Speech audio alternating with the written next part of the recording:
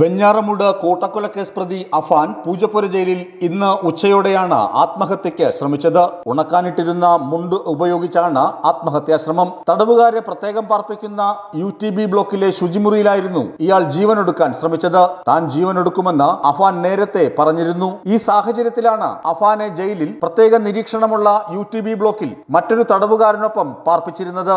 ഒപ്പമുണ്ടായിരുന്ന തടവുകാരൻ ഫോൺ ചെയ്യാൻ പോയ സമയത്തായിരുന്നു ആത്മഹത്യാശ്രമം. ഡ്യൂട്ടി ഉദ്യോഗസ്ഥൻ ശബ്ദം കേട്ട് നോക്കിയപ്പോഴാണ് അഫാൻ ശുചിമുറിയിൽ തൂങ്ങി നിൽക്കുന്നത് കണ്ടത്. ഉടൻ മെഡിക്കൽ കോളേജ് ആശുപത്രിയിലേക്ക് എത്തിച്ചു. നിലവിൽ തീവ്രപരിചരണ വിഭാഗത്തിൽ ചികിത്സയിലാണ് അഫാൻ. സഹോദരനും കാമുകിയുമടക്കം 5 പേരെ കൂട്ടക്കൊല ചെയ്ത കേസിലെ പ്രതിയായ അഫാൻ നിലവിൽ പൂജപ്പുര ജയിലിൽ വിചാരണ തടവുകാരനാണ്. സഹോദരൻ അഹ്സാൻ, പെൺസുഹൃത്ത് ഫർസാന, പിതൃ സഹോദരൻ ലത്തീഫിന്റെ ഭാര്യ സാജിദ, പിതൃമാതാവ് സൽമ ബീവി എന്നിവരെയാണ് അഫാൻ തലക്കടിച്ച് കൊന്നത്.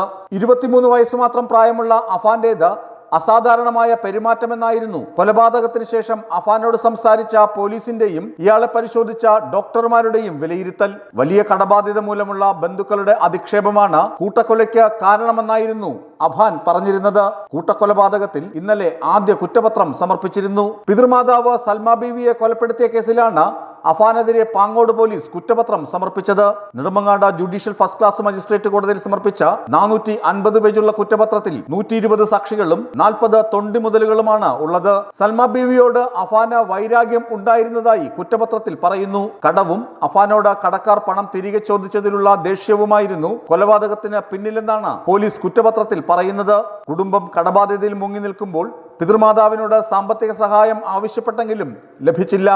ഇതാണ് കൊലപാതകത്തിന് കാരണമെന്നാണ് കുറ്റപത്രത്തിലുള്ളത്. വിസ്മയ ന്യൂസ്, തിരുവനന്തപുരം.